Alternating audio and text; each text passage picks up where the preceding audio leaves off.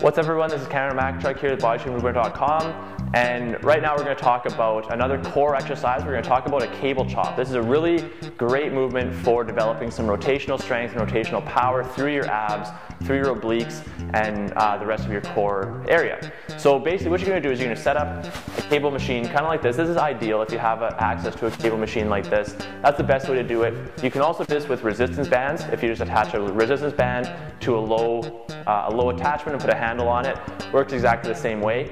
It's just a little bit easier doing it with a cable machine like this because it's easier to adjust and easier to increase the weight or decrease the weight as you need to. Okay, so basically we're going to set up a cable attachment on a low pulley like this with a handle attachment. We're going to step back so the weight is just off the stack just a little bit like that, and with your hips and shoulders nice and square, we're just going to explode through the movement, rotate up, and try to bring the handle up to just above your shoulder height. Okay, notice how I'm rotating my hips, right? So you want to explode through, bring your hips around, and keep your shoulders nice and square as well. Okay, so what you don't want to do is you don't want to just come here and just try to pull and twist your back like that. You want to really keep your hips square, rotate through, and drive that hip around so your hips stay square to your shoulders.